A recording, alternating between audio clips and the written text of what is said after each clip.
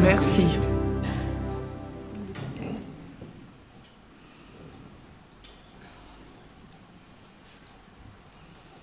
Bonjour à tous.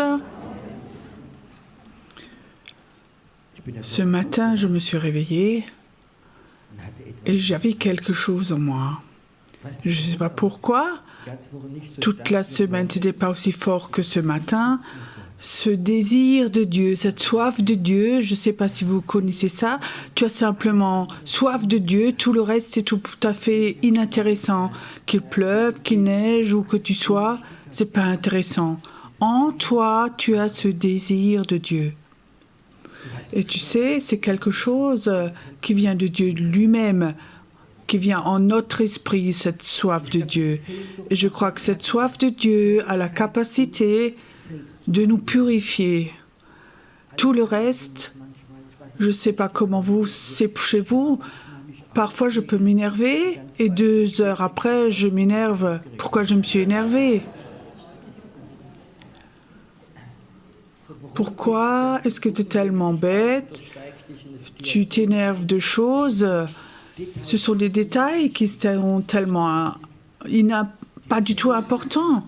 Ce soif de Dieu, cette éternité, cette soif du ciel, je crois que c'est quelque chose qui purifie. Et je crois que c'est ce test, si nous allons bien ou si nous allons pas bien.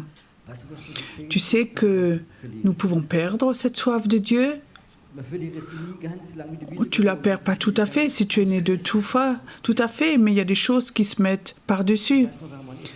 Nous étions une fois en vacances et il y avait un poêle à bois. Mon papa l'avait allumé et en tant qu'enfant, j'avais pas de notion et je voulais l'aider. Et j'ai mis tout le bois dans le four, dans le poêle que nous avions. Et le feu s'est éteint, a étouffé. Le feu a besoin d'oxygène. Il faut que tu commences tout doucement, surtout si le bois n'est pas tout à fait sec. Je ne comprenais pas, j'avais mis tellement de bois et ce poêle à bois est resté froid. Je crois qu'il y a des choses qui peuvent étouffer ce feu. Et ces choses sont dangereuses, il faut qu'on le sache. L'ennemi, il existe une expression, quand l'ennemi ne peut pas t'empêcher d'aller sur le cheval, il te donne tellement d'élan pour que tu retombes de l'autre côté du cheval. L'ennemi, si tu es vraiment croyant tout au fond de toi et que tu as soif de Dieu, que tu brûles pour Dieu, il ne va pas te donner une soif d'aller chez les prostituées pour les hommes ou d'autres choses. Tu ne penses même pas à des choses comme ça, mais il t'apporte d'autres choses. Et parfois, les chrétiens peuvent être tellement occupés avec des programmes d'église, tu comprends? Le diable, lui, a un job.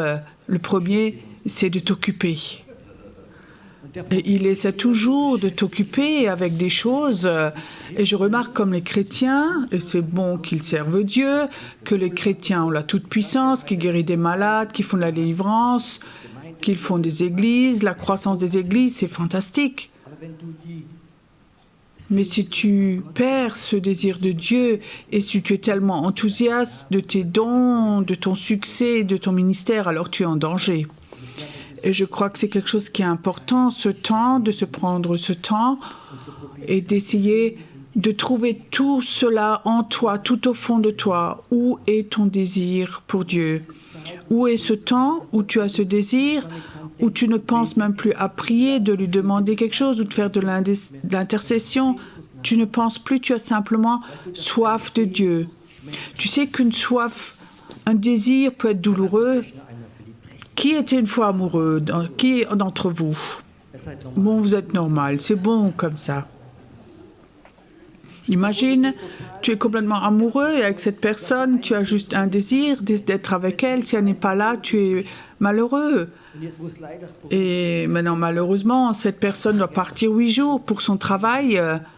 Tu ne peux pas la voir. Et tu sais, samedi prochain, elle revient, elle te visite. Vous mangez ensemble, vous passez du temps. Vous connaissez ce désir? Tu peux plus compter les heures, les jours. Il y a tellement de désirs. Et ce sont des désirs qui sont normaux quand tu aimes quelqu'un. Il y a d'autres désirs, d'autres soifs. Pour des gens qui sont plus jeunes, imagine, tu as eu 18 ans, tu as réussi ton permis et malheureusement, tu habites au loin dans un village et tu as un grand-père riche et tu dis, qu'est-ce que tu souhaiterais comme voiture? Je t'en achète une. Et tu as vu une super belle petite Porsche rouge et le papa dit, grand-père dit, je vais te l'acheter, mais délai de livraison 3 mois. Ouais.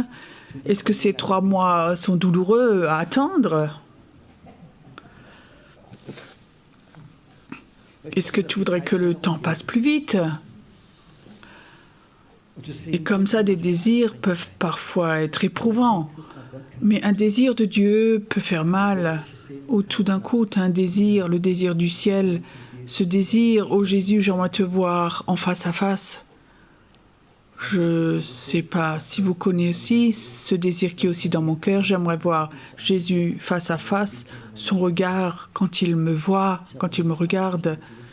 Je lui ai posé la question, Jésus, quand tu me regardes, est-ce que je vais te regarder ou je vais m'effondrer?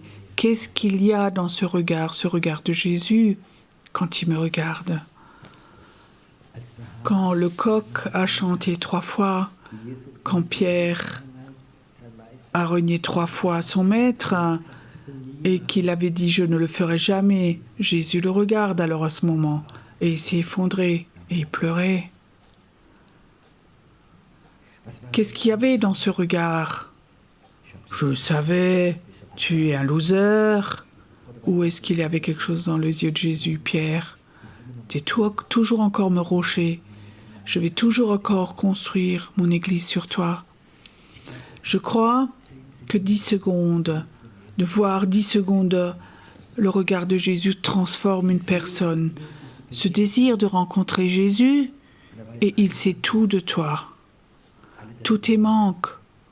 Et tu sais, il t'aime comme tu es. Face à face, de voir Jésus face à face. Ce désir pour lui. Je crois que parfois, il faut que nous prenions de nouveau du temps de le chercher. Nous avons toujours des désirs qui sont justifiés. C'est beau. Beaucoup d'entre vous sont dans ces temps où leurs enfants reçoivent des enfants, ils deviennent grands-pères, grand-mères. Et c'est un désir. Waouh, mon enfant, quand elle reçoit enfin son enfant, ce désir d'avoir cet enfant dans les bras, de le voir, et le grand-père aussi. Certains sont ici, dans la salle, ils sont même arrière-grand-père, grand-mère.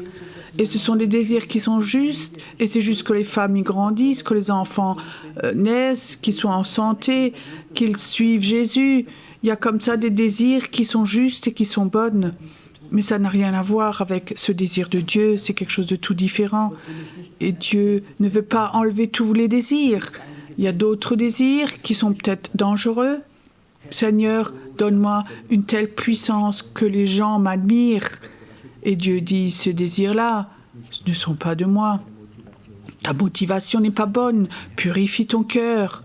Et alors, tu vas avoir d'autres désirs en toi. Il y a des désirs qui sont bons et d'autres qui sont dangereuses. Certains chrétiens, malheureusement, ont un désir et pendant toute leur vie. Je trouve ça triste. Quand j'étais nouveau converti, dans l'église où j'étais, il y avait un frère plus âgé qui était toujours au piano, à l'orgue. Plus tard, il est venu en cure d'âme et il avait 70 ans, il avait déjà 50 ans croyant. Il avait un désir, c'était d'avoir une femme. Il était timide et je lui ai dit, mais pourquoi tu ne veux pas te marier? Il disait, je suis pauvre, je n'ai pas assez d'argent. Il y a des personnes qui toute leur vie ont un désir dans leur chair. Et j'aimerais dire, c'est pas quelque chose que Dieu voudrait non plus, tu comprends? Mais maintenant, j'aimerais parler de ces désirs de Dieu. Qu'est-ce qui peut nous enlever les désirs de Dieu? Parfois, ça peut être chrétien. Tu as du succès, tu es un super musicien, tu es un super leader de louange, ton groupe de maison, ton église, tu es demandé, tout grandit et tu es dans ce succès. Est-ce qu'il y a quelqu'un qui n'aime pas du tout le succès? C'est donc bon d'avoir du succès.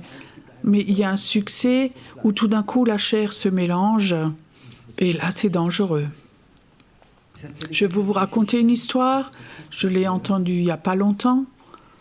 Un prince est venu de l'étranger vers l'Allemagne, un multimillionnaire, un prince, et il tombe amoureux d'une jeune fille. Mais il est complètement amoureux.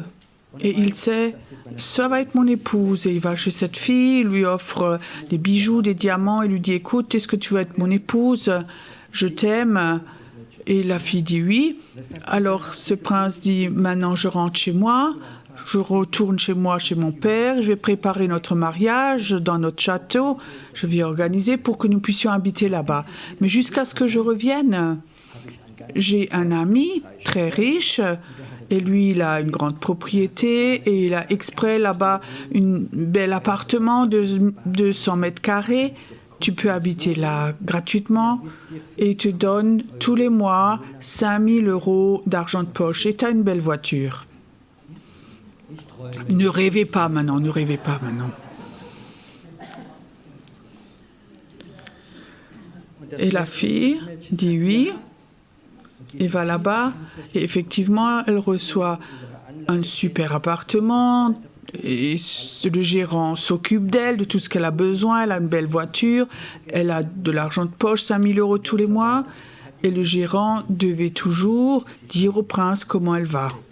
Tous les jours, il téléphonait. Au début, il téléphonait. Cette fille, elle rêve de toi, ne parle que de toi. Mais plusieurs semaines après, il a remarqué, elle parle plus tellement du prince. Plusieurs semaines encore moins. Et elle rêve, et elle pense encore aux fêtes, à la voiture, aux vacances, à l'argent. Tout d'un coup, ce désir du prince n'est plus tellement grande. Tu peux imaginer? Ça va vite. Combien d'amis tu aurais si tu pouvais vivre comme ça? Le prince avait une bonne idée. Le prince disait au gérant, écoute, à partir de ce mois, on ne va plus donner 5 000 €, mais 2 000 €. Et la femme de ménage, elle n'a pas besoin, elle peut faire elle-même, elle est jeune. Elle a le temps, elle peut gérer la maison elle-même. Le mois d'après, il a enlevé la voiture, dit, ok, tu peux prendre le bus, le train. Vous savez ce qui s'est passé? Tout d'un coup, elle reçoit de nouveau son désir pour son prince. Une question, est-ce que Dieu peut faire cela avec nous aussi? Tu sais, le prince, notre bien-aimé, il nous attend. La Bible dit, il nous prépare même une maison. C'est juste ça? Et il se réjouit quand il voit que nous le désirons et il nous bénit. Il nous bénit. Mais si cette bénédiction enlève notre désir pour lui, alors il peut commencer à enlever des choses dans notre vie. Est-ce que je dois changer de thème maintenant? Est-ce qu'il y a des choses dans ta vie, si Dieu te les enlevait, que tout d'un coup, tu aurais un plus grand désir pour Dieu. J'ai remarqué quelque chose chez les prophètes que j'ai rencontrés. Ils avaient tous la même chose.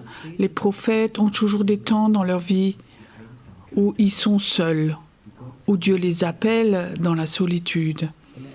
Et il rend même capable que tes meilleurs amis n'ont plus le temps pour toi, qu'ils te rejettent, que tout d'un coup, dans ce beau groupe de maison où ce groupe était bienvenu, ils t'oublient, ils ne pensent même plus de tabler. Et le premier réflexe, c'est le diable. C'est le diable. Mais ce n'est pas le diable, c'est Dieu. Dieu dit, j'aimerais que tu es nouveau. Tu me désires, parce que dans ce désir-là, je vais te former. Je vais mettre mon appel en toi, dans ce désir-là. Et alors, Dieu peut nous enlever des choses. Et tu sais, c'est beaucoup mieux quand on sent ça, que nous les donnions, que lui nous les enlève. Ça donne un désir terrible quand il nous enlève quelque chose. Quand je me suis converti à Heidelberg, je jouais dans le club de foot et je jouais aussi dans le club de tennis. C'était un club et il y avait donc deux sports. Pour moi, c'était très clair, j'étais chrétien, mais tout de même, bon, tu es là, tu joues au foot, tu joues au tennis et tu es au club et tu es membre. Et quand il y avait ces fêtes, j'aidais toujours, on faisait des grillades, j'étais très active dans ces clubs et chrétiens. Et je le disais aussi, et personne ne venait, disait, écoute, tu n'as plus le droit de jouer au tennis, tu es chrétien. Alors un an, nous avions une fête, une grande tente, de la musique, de la bière, on a fait des grillades et tout. Nous étions dans cette fête, tu sais, c'est comme c'est, et on fumait encore. Et il y avait eu de la fumée dans tout le monde était ivre et on connaissait beaucoup de monde là-dedans. Et j'étais assis dans cette musique, dans cette fumée, avec mon épouse là-dedans. Et à cette table, dans cette musique si forte, avec cette fumée, la présence de Dieu est venue. Elle vient comme ça sur notre table. J'étais là à table, peut-être encore une bière dans la main. Je sentais la présence de Dieu. Je regardais mon épouse et je remarquais dans son visage, elle le sent aussi. Je la regardais et je disais, oui Seigneur, je sais, tu veux que j'arrête. Et je sentais comme le Seigneur disait, oui, je regardais mon épouse, on s'est levé, on est parti. Nous sommes plus jamais revenus. Donc ce club, c'était fini pour nous. La présence de Dieu m'avait tiré dehors. Je suis heureux qu'aucun leader spirituel, une personne est venue, ça, tu n'as pas le droit de le faire. Mais il y a d'autres situations où c'était pas si facile. C'est quelque chose que je vais raconter aux hommes. Les femmes ne vont pas tout à fait comprendre. Pendant 20 ans ou 25 ans, j'ai joué au football. Et j'aime le foot. J'aime jouer au foot. C'est un beau sport et ça me donnait de l'équilibre dans ma vie. J'étais déjà pasteur. Nous avions aussi une équipe de foot dans notre église et nous avions une bonne équipe. Et on gagnait beaucoup contre d'autres clubs. Et doucement, je sentais, Dieu disait, ça te prend trop de temps. Alors j'ai toujours repoussé ça. Et alors je me suis blessée. Dans mes pensées étaient, peut-être, ça pourrait être le point où Dieu... Mais quand tu aimes le foot, c'est grave, tu sais. Ça, vous ne pouvez pas comprendre, mais c'était très grave pour moi. On était encore à Sandhausen et le lundi, avec un bandage au genou, et je savais quelque part, c'est un signe de Dieu, je dois arrêter. Alors j'avais encore le bureau et à côté il y avait l'église, la salle, et je suis allée dans la salle devant, je me suis agenouillée à la chaire et j'ai prié, j'ai dit Seigneur, tu sais donc, je sens ce que tu veux, mais j'aime tellement le foot. Donne-moi encore un temps. Donne-moi encore un temps. Laisse encore. Et à ce moment, je sentais, ok, je te donne encore un temps. Et j'ai peut-être encore joué un an encore. Et je savais, c'est comme si Dieu dit, Ok, je ferme un œil. Il y a d'autres choses où Dieu, parfois, des choses qu'il voudrait nous enlever tout de suite. Je vous raconte un témoignage fort, je vous le raconte quand même. Maria Priam m'a raconté elle-même. Je ne sais pas si tu connais Maria Priam et qu'à partir de 60 ans, on partit en Afrique. De notre façon de penser, c'est complètement faux, mais Dieu lui a parlé et a créé une immense œuvre là-bas. Et elle disait, Pierrot, si mon mari n'était pas mort, je ne serais jamais allée. Tu comprends ça? Et dans ma vie, j'ai vécu chez des personnes où Dieu avait un grand appel pour une personne et le partenaire te freine vraiment. Que Dieu peut enlever le partenaire. Ne pleure pas après lui. Il ne doit pas mourir. Peut-être qu'il peut partir, il peut tomber amoureux de quelqu'un d'autre, c'est terrible. Mais laisse-le partir. Laisse-le partir. Cette soif de Dieu va être si forte quand tu la trouves que le désir de ton partenaire ne t'intéresse plus. Je sais que ça peut être douloureux, mais je peux te dire, il vaut mieux cette douleur qu'une douleur éternelle là en haut quand Dieu dit « Regarde, ça j'avais prévu pour ta vie et je n'étais pas rentré dans ces choses. » Je crois c'est juste que nous connaissions la parole, qu'on écoute des prédications, mais je crois qu'on ait de nouveau une sensibilité, qu'on la développe avec le Saint-Esprit. Dieu qui enlève quelque chose, c'est lui ou c'est le diable qui nous enlève quelque chose? Je parle d'un thème un peu délicat. Dieu. Il y a des personnes qui parfois Dieu ne guérit pas parce qu'il sait que si il les guérit, elles partiraient de lui. Et alors c'est bon qu'il ne les guérisse pas. J'ai un ami, il est pasteur, un bon orateur. Il voulait être footballeur professionnel. Il avait déjà un contrat. C'était un bon joueur. Il aurait pu faire carrière et il était chrétien. Je suis toujours allée sur le terrain et j'ai toujours prié, Seigneur, protège-moi d'accidents et je proclame le sang de Jésus sur moi. Et une fois, il s'est blessé. Il y avait déjà des doutes, et il a eu la guérison, et alors il a continué à jouer. Et après, ils ont fait un blessé au niveau des ligaments, et il ne pouvait plus après continuer sa carrière.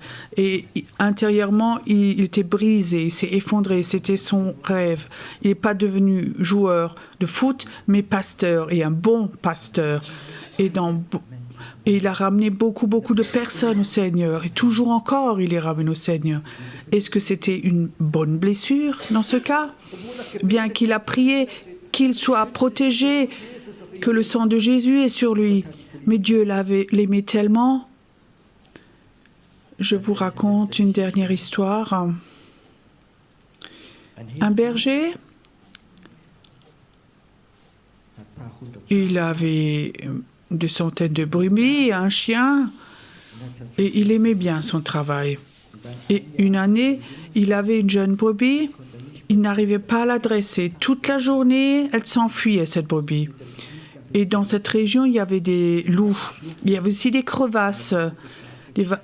Et il savait que cette brebis allait mourir parce qu'elle était tellement rebelle. Il a pris par amour cette brebis et il a cassé 2 pattes et il a mis après des bandages. Et pendant 2 mois, il a porté cette brebis sur ses épaules.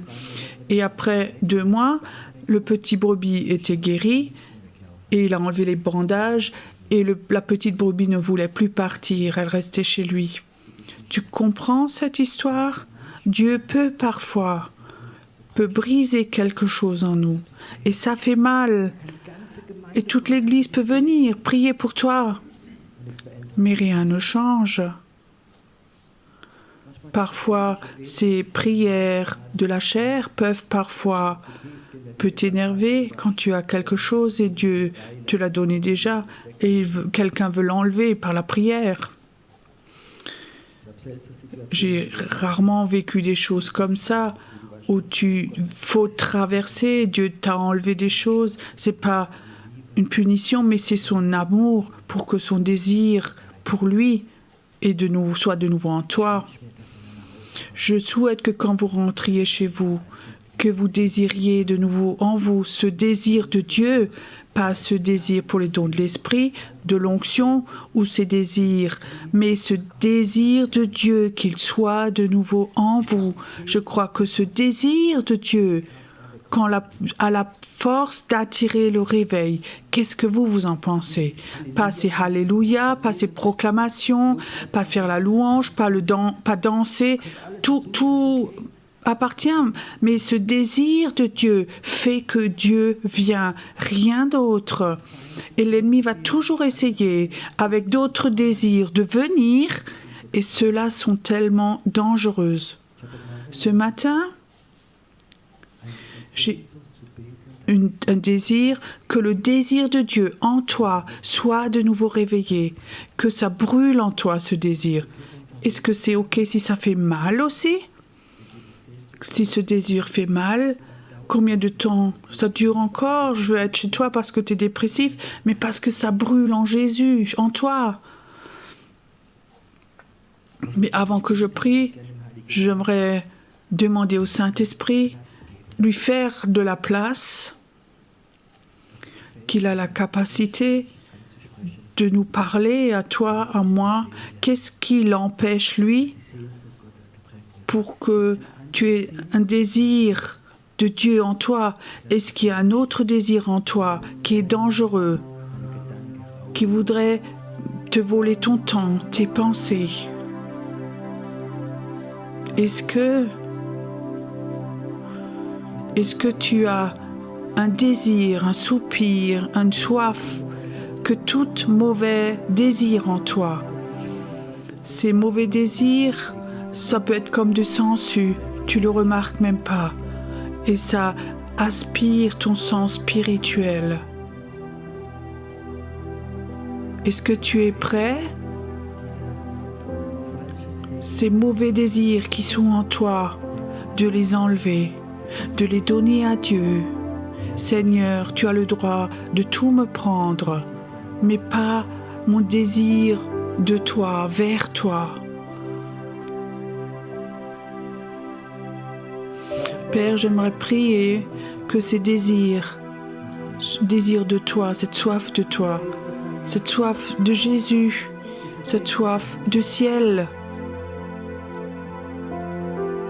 que ça vienne de plus en plus fort et qu'on ne les perde pas, que nous ne laissions pas attraper, que notre temps, notre argent par de mauvaises bénédictions qui ne sont pas de toi. Saint-Esprit, nous voulons être plus sensibles, où tu nous montres des choses que nous avons survolées, où Dieu dit « lâche cela ». Lâche cela. Ce matin, je sens dans mon cœur que certaines personnes sont là où le Seigneur voudrait te dire « lâche ces choses, ces désirs, lâche ces choses ». Je te le dis parce que je t'aime, parce que je veux être en communion avec toi, parce que je veux faire encore quelque chose de ta vie, parce que je te prépare pour l'éternité. Est-ce que tu es prêt ce matin de les donner, de les lâcher, si le Saint-Esprit te les montre? J'aimerais bien que nous ayons un temps de louange, d'adoration maintenant. Et ce matin, si tu es là, si le Saint-Esprit te parle, lâche ces choses-là, alors dis-lui. Si pour toi c'est un sacrifice, viens devant, agenouille-toi et fais-lui la promesse, dépose-les à Dieu. C'est beaucoup mieux que si lui doit te les prendre.